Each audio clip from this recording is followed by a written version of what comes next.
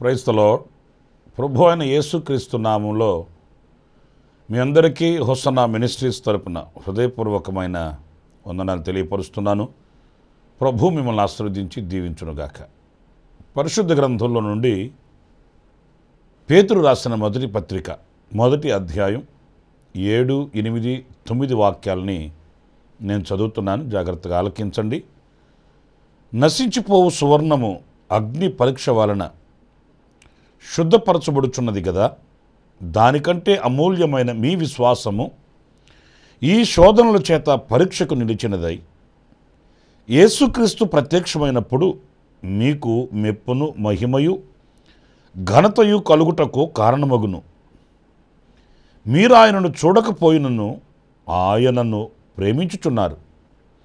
ఇప్పుడు ఆయనను కనులారా చూడకయే విశ్వసించుచు మీ విశ్వాసమునకు ఫలమును అనగా ఆత్మరక్షణను పొందుచు చెప్పనశక్యమును మహిమాయుక్తమునైన సంతోషము గలవారై ఆనందించుచున్నారు. చూడండి, ఈ వాక్య భాగంలో ఓ చక్కటి అనుభవం ఏంటి అనంటే, చెప్పనశక్యము కాని మహిమాయుక్తమైన సంతోషము గలవారై అంటే ప్రభు మనకు అనుగ్రహించే ప్రతిదీ కూడా అది ఎలా ఉంటుంది అనంటే అధికమైనదిగా ఉంటుంది. మనం కొంచెమే అడగచ్చు, మనం కొంచెమే తలంచవచ్చు, అల్పంగానే ప్రార్థించవచ్చు. మన ఆశలు క్లుప్తమైనవిగా కొంచెముగానే కనిపించవచ్చు.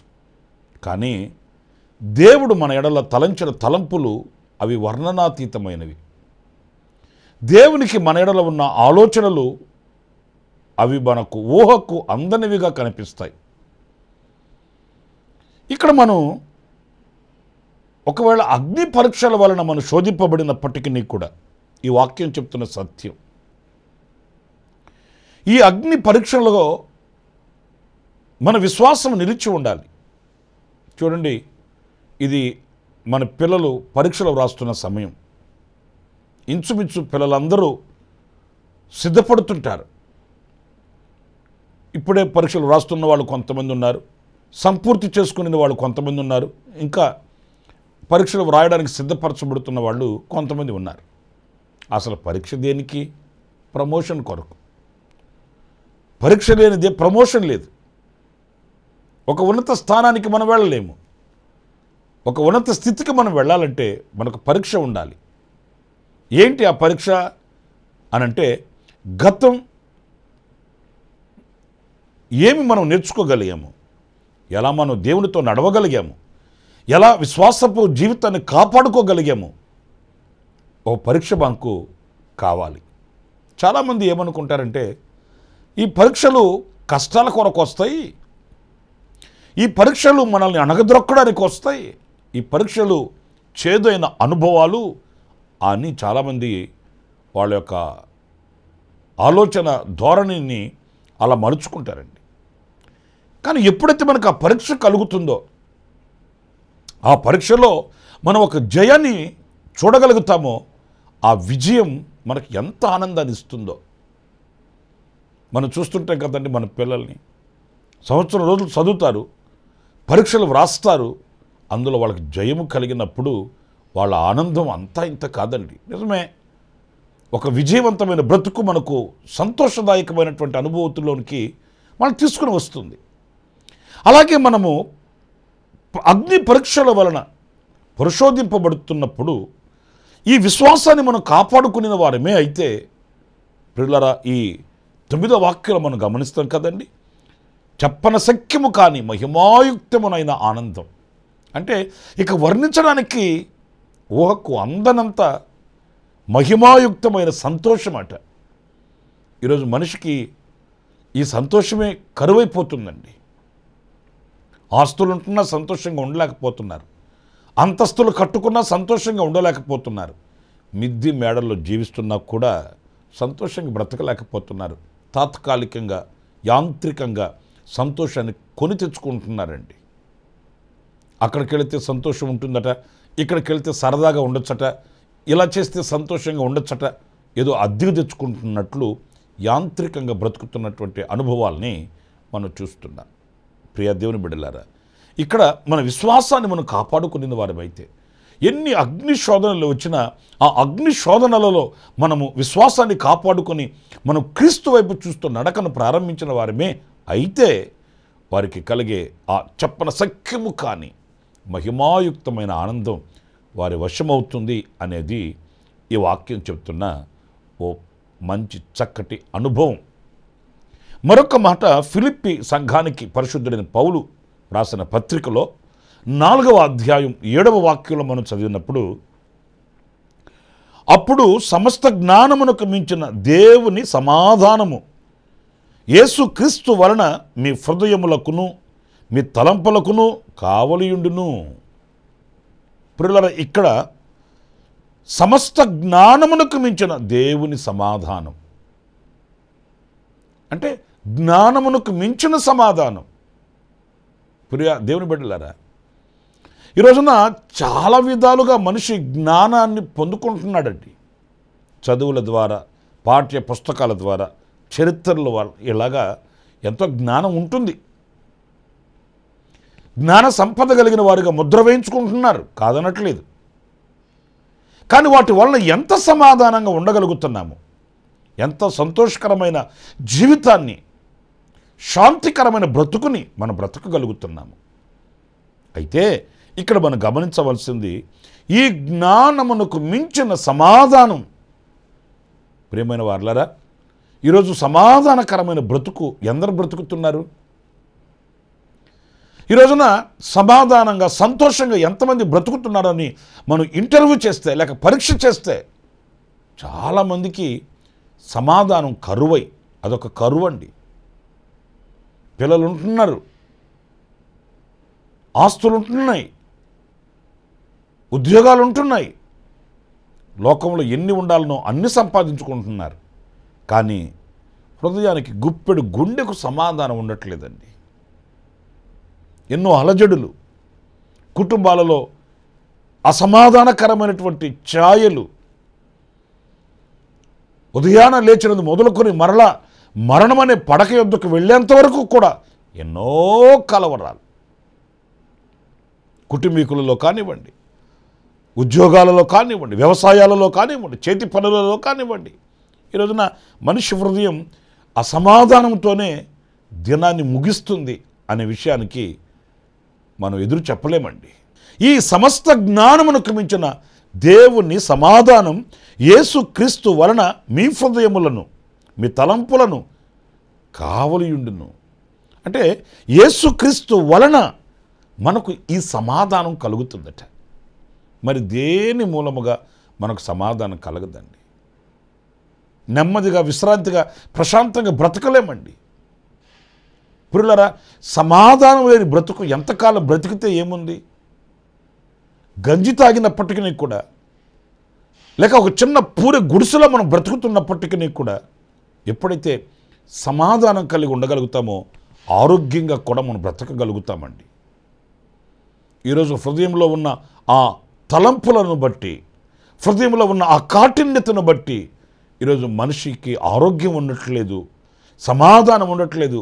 పడుకున్నా నిద్ర పట్టట్లే, తింటున్నా వంట పట్టట్లే, బ్రతుకుతున్నా సంతోషంగా బ్రతకలేని ఒక దౌర్భాగ్యమైన పరిస్థితులు ఏలుబడి చేస్తున్నాయండి.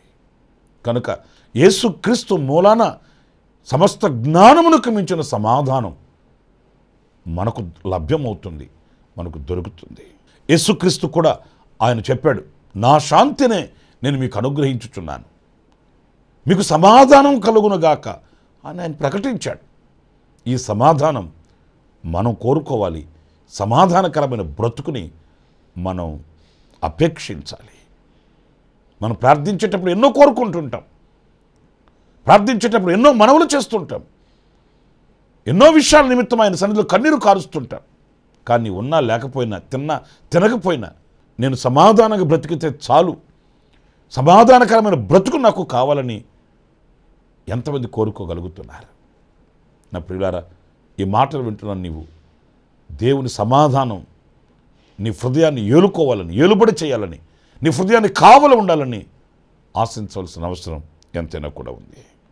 మరొక మాట, ఎఫెసీ సంఘానికి పరిశుద్ధుడైన పౌలు రాసిన పత్రిక 3వ అధ్యాయం 19వ వాక్యాన్ని చదివితే, జ్ఞానమునకు మించిన క్రీస్తు ప్రేమను తెలుసుకొనుటకు తగిన శక్తి గలవారు కావాలననియు ప్రార్థించుచున్నాను.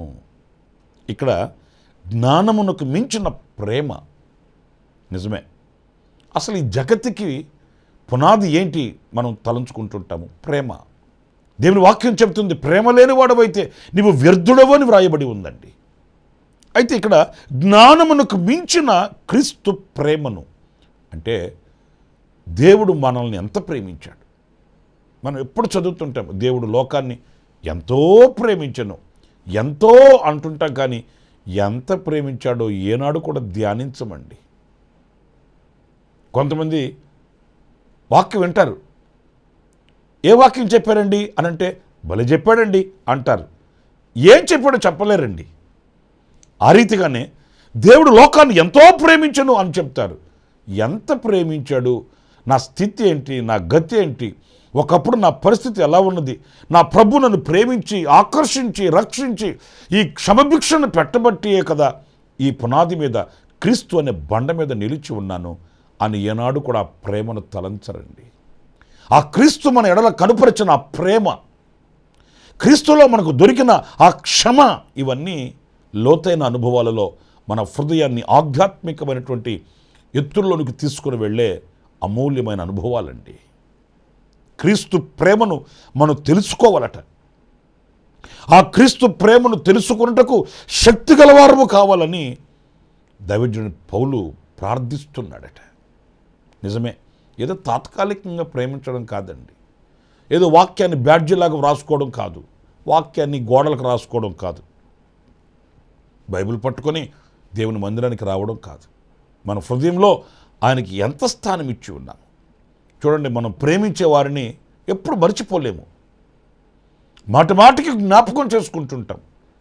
మరి ప్రభుని ప్రేమించి నీవు ఎంత ఆయనను జ్ఞాపకం చేసుకుంటున్నావు? నీ జ్ఞాపకాలలో ఆయన ఎంతవరకు నిలిచి ఉన్నాడు?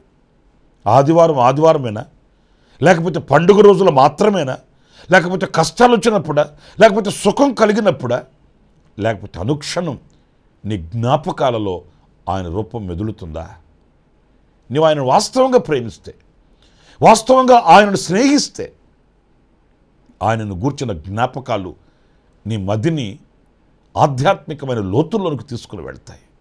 నాకు కొందరు తెలుసండి, ఎప్పుడు సమయం దొరికినా వాళ్ళు దేవుని మాటలు చదువుతూ ఉంటారు. అప్పుడే అర్థమవుతుంది వారు దేవునిని ఎంత ప్రేమిస్తున్నారు అనేది. ఏ చిన్న సమయం దొరికినా మోకరించి ప్రార్థన చేసుకుంటారు. అప్పుడే అర్థమవుతుంది వాళ్ళు ఎంత ప్రభువుని ప్రేమిస్తున్నారు. ఎందుకంటే మనము బాగా ప్రేమించే వారితో మనం ఎలా మాట్లాడుతామండి? సంవత్సరానికి ఒకసారి, పండుగ వచ్చినప్పుడు, కష్టం వచ్చినప్పుడు, నష్టం వచ్చినప్పుడు, అప్పుడా? లేదు. ఎప్పుడు మనం ప్రేమించే వారితో సంభాషిస్తూ ఉంటాం. మరి ఈ మధ్య మనకు సెల్ ఫోన్లు బాగా చేరువైపోయాయి కదండి. గంటకి ఫోన్ చేసి మాట్లాడతారు, అర్ధగంటకి ఫోన్ చేసి మాట్లాడతారు. ప్రతి 10 నిమిషాలకి కూడా తాను ప్రేమించే వ్యక్తితో ముచ్చటించుకునే వాళ్ళు లేకపోలేదండి. మరి ప్రభువుని ఎంత ప్రేమిస్తే మనం ఎంతగా ఆయనతో సంభాషిస్తున్నామో, ఎంతగా ఆయన సన్నిధిలో గడుపుతున్నామో, ఆయనను ఏ స్థితిలో మనం ప్రేమిస్తూ మరి విశ్వాసాలు మనం చెప్పుకుంటున్నాం, ఇవన్నీ ప్రశ్నలు కాదంటారా? ప్రేమిస్తున్నామని చెప్పుకోవడం కాదు, ఆయన కొరకు త్యాగం చేయగలిగిన వారమై, ఆయనతో సహవాసం కలిగిన వారమై, ఆయనతో బంధం కలిగిన ఆధ్యాత్మికమైన విలువలు మనకున్నాయా? నా ప్రియ సహోదరులారా, మనల్ని ఎవ్వరూ ప్రేమించలేదు. దేవుడు, మన ప్రభు అయిన యేసుక్రీస్తు మన కొరకు ప్రాణం పెట్టాడు. ఆయనకున్న లోకాన్ని తండ్రితో కూడా ఉండుట విడిచిపెట్టకూడని భాగ్యం అని ఎంచుకొనక ఆయన దిగి వచ్చాడు. మన కొరకై దాసుని స్వరూపం ధరించి మన కొరకై ఆయన సిలువను మోసాడు, ప్రాణం పెట్టాడు, పునరుద్ధానుడై తిరిగి లేచాడు. మరి అంత చేసిన దేవునిని మనం ఎంత ప్రేమిస్తున్నాము? తాత్కాలికంగానా, లేక శాశ్వతంగానా, గాఢంగానా, లేకపోతే ఏదో అవసరాల కొరకై ప్రతిఫల అపేక్ష కలిగిన వారమై మనం ప్రేమిస్తున్నామా అనేది మనం ప్రశ్న వేసుకోవాలి. నేను 3 విషయాలు మీతో చెప్తూ వచ్చాను. 1, చెప్పనసఖ్యము కాని మహిమాయుక్తమైన సంతోషం. 2, సమస్త జ్ఞానమునకు మించిన దేవుని సమాధానం. 3, జ్ఞానమునకు మించిన క్రీస్తు ప్రేమ. ఇలాంటి అధికమైన ఆధ్యాత్మికమైన విలువలను మనం సంతరించుకోవాలి, ఆధ్యాత్మికంగా బలపడాలి. అలాంటి కృప దేవుడు మనందరికీ అనుగ్రహించునుగాక. తలలు ఉంచండి, చిన్న ప్రార్థన చేస్తాను. ఆశ్చర్యకరుడమైన తండ్రి, జీవాధిపతి అయిన ప్రభువా, మీకు వందనాలు. మేము అధికంగా ఎలాంటి అనుభవాలు కలిగి ఉండాలనో మీ లేఖనాల నుంచి ధ్యానిస్తూ వచ్చాము. అవును, చెప్పనసఖ్యము కాని మహిమాయుక్తమైన సంతోషం మేము కలిగిన వారమై ఉండాలని, మీ సమాధానం కలిగిన వారమై ఉండాలని, మీ ప్రేమను కలిగిన వారమై మేము బ్రతకాలని లేఖనాలలో నుంచి మేము నేర్చుకుంటూ వచ్చాం. అలాంటి స్థితిని మీరు మాకు అనుగ్రహించి మా చేతిని పట్టి నడిపించమని మమ్మల్ని మీ చేతులు సమర్పించుకుంటూ యేసు నామములో ప్రార్థన చేసి వేడుకొనుచున్నాను తండ్రి. ఆమేన్, ఆమేన్. ప్రభు మిమ్మల్ని ఆశీర్వదించి దీవించునుగాక. ఈ దినమంతా విశేషమైన కృప నా దేవుడు మీకు సమృద్ధిగా అనుగ్రహించునుగాక. ఆమేన్. ప్రతి దినము ఈ అనుదిన కృపాను సందేశాల కొరకు, ఇంకా మరిన్ని ఆత్మ సంబంధమైన సందేశాల కొరకు ఈ మా యూట్యూబ్ ఛానల్ ని సబ్స్క్రైబ్ చేసుకోండి. Pastor Ramesh, hosanna ministries.